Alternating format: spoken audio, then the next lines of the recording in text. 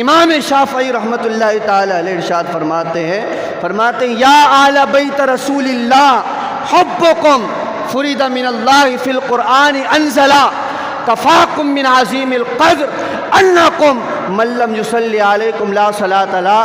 فرمایا کہ اے نبی کے گھر والوں، اے نبی کے اہل بیت، اے نبی کے رشتہ داروں، تم وہ عظیم الشان ہستیاں ہو کہ اللہ نے قرآن میں تمہاری محبت کو فرض کر دیا ہے. تمہاری عظمت، تمہاری جلالت اور تمہاری شان کے لیے فقط اتنی ہی بات کافی ہے کہ جو تم پہ درود نہ پڑھے اس کی نماز نہیں ہوتی. کیا فرمایا؟ جو تم پہ درود نہ پڑھے اس کی نماز کامل نہیں ہوتی. تو آپ جب نماز پڑھو گے تو کہو گے اللہم صلی علی محمد وعلی آل محمد، اللہم بارک علی محمد وعلی آل محمد. تو پتہ یہ لگا کہ نماز کے اندر بھی جن ہستیوں کو یاد کیا جاتا ہے وہ نبی کے گھر والے ہیں. آ رہی ہے آپ کے بات سمجھ میں؟